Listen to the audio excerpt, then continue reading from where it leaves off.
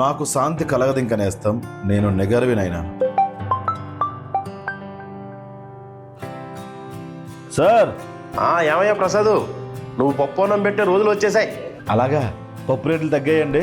పప్పు అన్నం పెట్టడం అంటే పెళ్లి గడియలు దగ్గర పడ్డాయని మంచి సంబంధం చూశాను. అమ్మాయి బాగుంటుందా సార్? బాగుంటుందా? ఒక ఆమని, ఒక రోజా, ఒక సిమ్రన్, ఒక సోనాలి బిందె. జనరేషన్ గ్యాప్ కదండి, ఒక శ్రీలీల. ఆ కోర్టు సినిమా అమ్మాయి అరేంజ్ అమ్మాయిలు చూడండి. మరి పసిపిల్లలు అయిపోతారేమో ప్రసాద్. సరేలే, నీ మైండ్లో ఏముందో నాకు అర్థమైంది. ఒక ఫోటో వాట్సాప్ చేస్తున్నాను, చూడు. వచ్చిందండి. ఎలా ఉంది? చక్రం తిరుగుతా ఉందండి. తొందర పడకు, డౌన్లోడ్ అవడానికి కొంచెం టైం పడుతుంది. అదే ఇప్పుడు వచ్చిందా? ఇంకా తిరుగుతుందండి. డేటా మొత్తం వాడి చచ్చావా? ఇందాక వివాహ భోజనం సిరీస్ చూసారండి, అయిపోయింది. నువ్వు ఇలా లేట్ చేసి చేస్తే నీ పెళ్ళి ఇంకా లేటే చేస్తుంది. లైఫ్ అంతా బఫరింగ్. ఇప్పుడు ఏమంటారండి?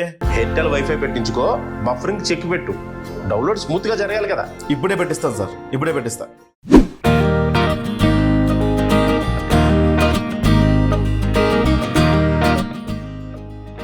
సార్, అమ్మాయి నాకు ఓకే అండి.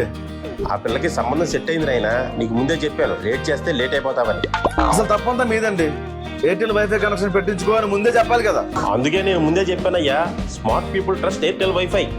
Fast, reliable and no worries about data finishing at the wrong time. కాబట్టి మీరు ఇంకో సంబంధం సెట్ చేయండి. ఈసారి డౌన్లోడ్ ఆటోమేటిక్ మామూలుగా ఉండదు. శుభం.